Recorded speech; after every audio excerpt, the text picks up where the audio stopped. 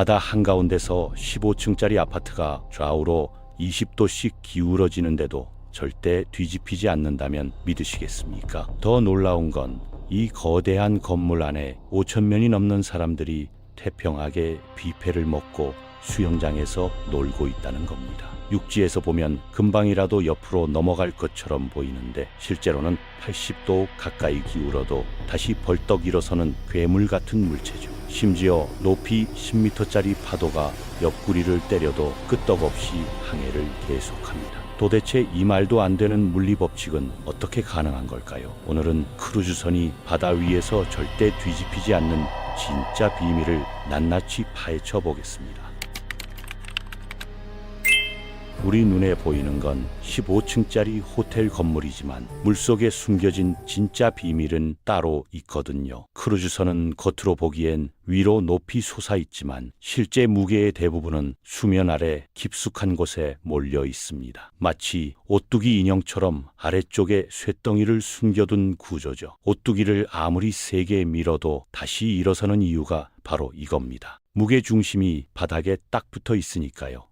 크루즈선도 정확히 똑같은 원리로 설계되는데 승객들이 걸어다니는 화려한 객실과 수영장은 사실 텅 빈 종이 상자 수준입니다. 진짜 무게는 배 밑바닥 깊은 곳에 숨어있는 엔진, 연료 탱크, 발전기, 그리고 수십 톤짜리 물탱크에서 나오거든요. 상부 구조물 전체를 다 합쳐도 하부 기관실 하나보다 가벼울 정도입니다. 이걸 제대로 이해하려면 두 가지 중심점을 알아야 하는데 첫 번째는 무게 중심입니다. 배 전체의 질량이 한 점에 모여 있다고 가정하는 지점이죠. 크루즈선은 이 무게 중심을 일부러 물속 깊은 곳에 배치합니다. 두 번째는 부력 중심인데 물이 배를 떠받치는 힘이 작용하는 지점이에요. 여기서 재미있는 현상이 벌어지는데 배가 기울면 부력 중심도 함께 움직인다는 겁니다. 물에 잠기는 모양이 바뀌니까요. 배가 왼쪽으로 10도 기울면 왼쪽이 더 깊이 잠기고 그러면 부력 중심이 왼쪽으로 이동하면서 배를 다시 오른쪽으로 밀어올리는 힘이 생깁니다. 이게 바로 복원 모멘트라고 부르는 힘이죠. 무게 중심은 아래에 고정되어 있고 부력 중심은 옆으로 움직이니까 이 둘 사이에 회전력이 발생해서 배를 다시 똑바로 세우는 겁니다. 여기서 핵심 개념이 하나 더 등장하는데 바로 메타센터입니다. 배가 기울었을 때 새로운 부력 중심에서 수직선을 그으면 이 선들이 교차하는 점이 메타센터거든요. 무게 중심에서 메타센터까지의 거리를 GM이라고 부르는데 이 값이 클수록 배는 기울자마자 강하게 다시 일어서려는 힘을 만들어냅니다. 예를 들어 GM이 5m인 배는 10도 기울었을 때 엄청난 복원력으로 순식간에 다시 똑바로 서려고 하죠. 그런데 GM이 너무 크면 심각한 문제가 생겨요. 배가 통통 튀듯이 빠르게 좌우로 흔들려서 승객들이 멀미를 심하게 하거든요. 실제로 군함 같은 경우는 GM이 크게 설계되는데 안정성은 최고지만 승무원들이 멀미 때문에 고생합니다. 그래서 여객선 설계자들은 안전과 승차감 사이에서 아슬아슬한 줄타기를 하면서 적당한 GM 값을 찾아내야 하는 거죠. 크루즈선의 또 다른 비밀은 선체의 폭에 숨어 있습니다. 측면에서 보면 얇아 보이지만 정면에서 보면 아파트 단지 한 블록만큼 넓거든요. 최신 크루즈선들은 폭이 40m에서 50m에 달하는데 이건 축구장 절반 폭이에요. 수면 아래 선체는 볼록하게 부풀어 있어서 마치 넓은 판자를 물에 띄운 것처럼 작동합니다. 폭이 넓을수록 배가 기울 때 물에 잠기는 형상이 크게 변하고 그만큼 부력 중심의 이동량도 커지니까 복원력이 강해지는 거죠. 같은 높이라도 바닥 면적이 넓은 물체가 훨씬 안정적이라는 건 실험으로도 쉽게 확인할 수 있어요. 얇고 높은 나무판과 밑이 넓은 나무판을 물에 띄워 기울여 보면 넓은 쪽이 훨씬 더 잘 버티거든요. 크루즈선이 점점 더 넓어지는 이유가 바로 여기에 있습니다. 객실을 늘리려면 폭을 늘려야 하고 폭이 늘어나면 복원성도 함께 좋아지니까 일석이조죠. 하지만 크루즈선의 진짜 반전은 따로 있습니다. 바로 물속에 숨겨진 스테빌라이저 지느러미죠. 승객들 눈에는 유리창과 수영장만 보이지만 물속에서는 거대한 날개가 끊임없이 파도와 싸우고 있거든요. 선체 양쪽에 달린 이 지느러미는 비행기 날개처럼 생겼는데 길이가 5m에서 8m에 달합니다. 파도에 맞춰 위아래로 각도를 바꾸면서 양력과 다운포스를 만들어내는 거죠. 배가 시속 20km로 전진할 때 물이 지느러미를 지나가면서 한쪽은 위로 드는 힘, 반대쪽은 아래로 누르는 힘이 생깁니다. 파도가 왼쪽에서 들어와 배를 오른쪽으로 5도 넘어뜨리려 하면 왼쪽 지느러미는 위로 20톤의 힘을 만들고 오른쪽 지느러미는 아래로 20톤의 힘을 만들어서 반대 방향으로 회전시키는 겁니다. 이 시스템이 얼마나 똑똑한지 아세요? 자이로스코프와 롤 센서가 1초에 100번씩 배의 기울기와 속도를 측정하고 컴퓨터가 지느러미 각도를 0.1초마다 자동으로 조정하거든요. 유압 파워 유닛이 엄청난 압력으로 지느러미를 움직이는데 이 압력이 자동차 타이어 압력의 100배가 넘습니다. 틸팅 메커니즘과 회전 밸브가 연동되어 사람 손 하나 안 대고 초당 여러 번 각도를 수정하죠. 덕분에 롤링을 80% 이상 줄일 수 있습니다. 파도가 배를 10도 기울이려고 하면 스테빌라이저가 8도를 상쇄해서 실제로는 2도만 기울게 만드는 거예요. 승객들이 느끼는 흔들림은 실제 파도의 20%도 안 되는 겁니다. 다만 이 장치는 배가 전진할 때만 작동하고 연료 소모와 설비 비용이 만만치 않다는 단점이 있어요. 한 세트 설치하는 데만 수십억 원이 들어가거든요. 스테빌라이저 말고도 숨은 장치들이 더 있습니다. 빌지킬이라는 건 선체 옆에 달린 돌출판인데 무대 저항을 증가시켜서 롤링을 억제하죠. 구조가 엄청 단순해서 용접만 하면 끝이고 고장날 일도 없으며 항상 작동한다는 장점이 있지만 효과는 제한적이고 마찰이 늘어나서 연비가 소폭 악화됩니다. 그래도 거의 모든 선박에 기본으로 달려 있어요. 안티롤 탱크는 좀 더 복잡한데 유자형 탱크 안에 수백 톤의 물을 채워두고 배가 기울 때 물이 반대쪽으로 출렁이게 만들어서 무게 균형을 맞추는 장치예요.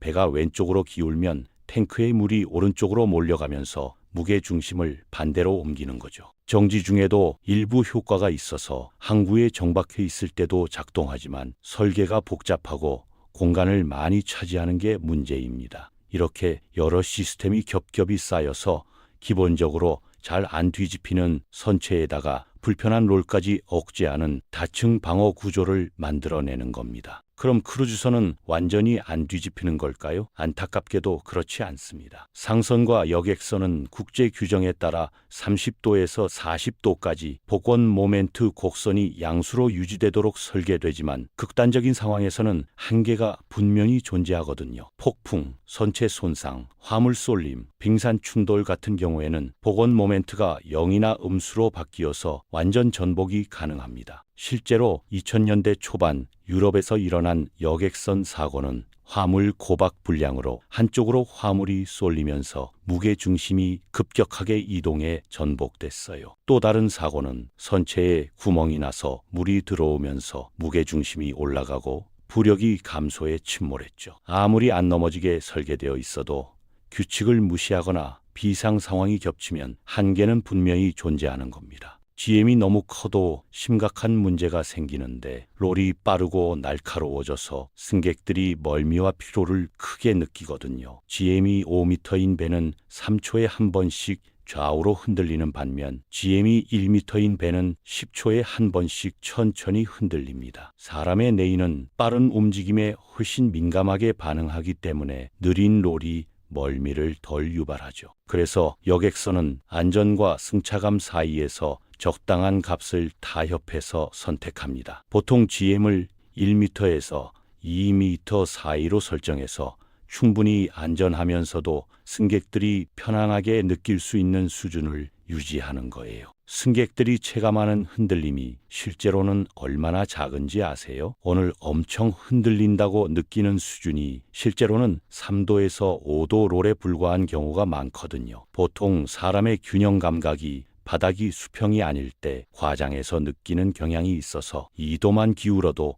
5도처럼 느껴지는 겁니다. 크루즈선의 무게 중심은 어떻게 관리될까요? 설계 단계부터 모든 걸 치밀하게 계산해서 의도적으로 낮고 가운데에 오도록 만듭니다. 눈에 보이는 호텔, 수영장, 극장은 가볍게 위로 올리고 엔진, 연료, 물탱크, 화물은 되도록 아래층과 중앙 쪽에 몰아 넣는 거죠. 선박 설계자는 크루즈 내부의 모든 것을 질량 그룹으로 나눠서 취급하는데 선체 구조, 기관 추진계, 탱크류, 상부 구조, 승객, 승무원, 화물 등 각 그룹의 무게와 가로, 세로, 높이 좌표를 정밀하게 추정합니다. 예를 들어 메인 엔진 하나가 500톤, 발전기 3대가 각각 100톤, 연료 탱크가 2000톤 이런 식으로 하나하나 다 계산해서 전체 합으로 초기 무게중심심 좌표를 뽑아내는 거예요. 산출된 무게중심이 너무 위나 앞뒤로 치우치면 레이아웃을 처음부터 다시 짜야 하는데 무거운 설비를 더 아래층으로 내리거나 엔진실과 발전기실을 배의 중앙부 가까이에 두는 식으로 조정하거든요. 연료 탱크와 밸러스트 탱크는 선저 근처 양쪽에 대칭으로 배치하고 위쪽 갑판의 구조는 최대한 경량 소재로 만듭니다. 알루미늄 합금이나 복합 소재를 써서 무게를 절반으로 줄이는 거죠. 일부 초대형 크루즈는 선체 중앙부를 비운 유자형 골격 구조를 써서 상부를 넓게 쓰면서도 무게 중심이 올라가는 걸 막아요. 선체 하부와 양측면에 강한 구조재와 설비를 집중 배치하고 중앙부는 비교적 가볍고 비어있는 대공간으로 처리해서 공기층처럼 만들어버리는 겁니다. 중앙 아트리움이나 대형 홀이 바로 이런 설계의 결과물이죠. 운항 중에도 무게 중심은 실시간으로 관리됩니다. 밸러스트 탱크에 바닷물을 채우거나 빼서 흡수와 GM을 조절하고 좌우 무게 균형을 맞추거든요. 항구에서 승객과 화물을 싣고 내릴 때마다 무게 분포가 바뀌니까 그때마다 밸러스트로 균형을 잡아줘야 합니다. 연료 탱크와 청수 탱크, 폐수 탱크는 한쪽만 과도하게 비우지 않도록 좌우, 앞뒤 탱크의 사용 순서를 세밀하게 계획해서 무게중심 이동이 최소화되게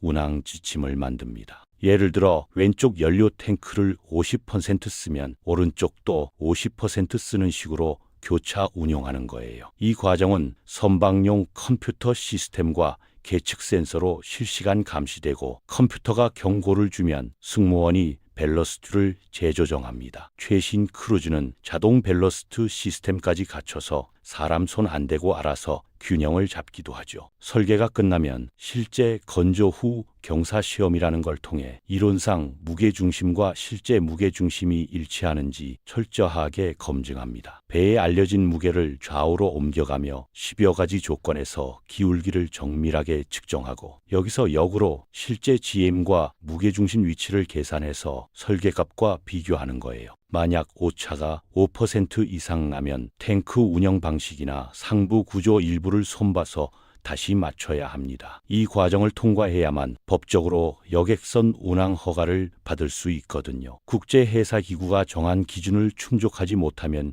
절대 바다에 나갈 수 없습니다. 선박 설계자는 롤 각도뿐 아니라 롤 주기까지 세밀하게 조정해서 멀미를 덜 유발하는 움직임을 목표로 삼거든요. GM을 조절하면 롤 주기가 달라지는데 승객용 선박은 일반적으로 느리고 부드러운 롤을 선호합니다. 너무 안정적이면 오히려 롤 주기가 짧아져서 승객이 더 멀미를 느끼니까요. 대형 크루즈는 호텔 비즈니스 특성상 객실 수를 늘리고 전망 좋은 상부 데크를 크게 만들고 싶어 하는데 데크 수를 늘리면 무게 중심이 올라가서 보건성이 떨어질 수 있습니다. 그래서 선체 폭을 더 넓게 하고 하부에 더 많은 무거운 장비와 탱크를 배치하며 스테빌라이저와 안티롤 탱크 같은 롤 억제 장치로 승차감을 보완하는 식으로 타협하는 거죠. 최신 크루즈들이 옛날 배보다 훨씬 넓고 평평한 이유가 바로 이겁니다. 결국 크루즈선은 거대한 바다 위 오뚜기입니다. 수면 위에 화려한 15층짜리 아파트만 보지 말고 수면 아래에 숨겨진 넓은 배 밑과 낮은 무게중심 그리고 양력으로 자세를 잡는 스테빌라이저를 함께 떠올려야 하죠. 거대한 도시처럼 보이지만 물리적으로는 잘 설계된 오뚜기 장난감에 가깝습니다. 진짜 무게는 위가 아니라 아래에 숨어 있고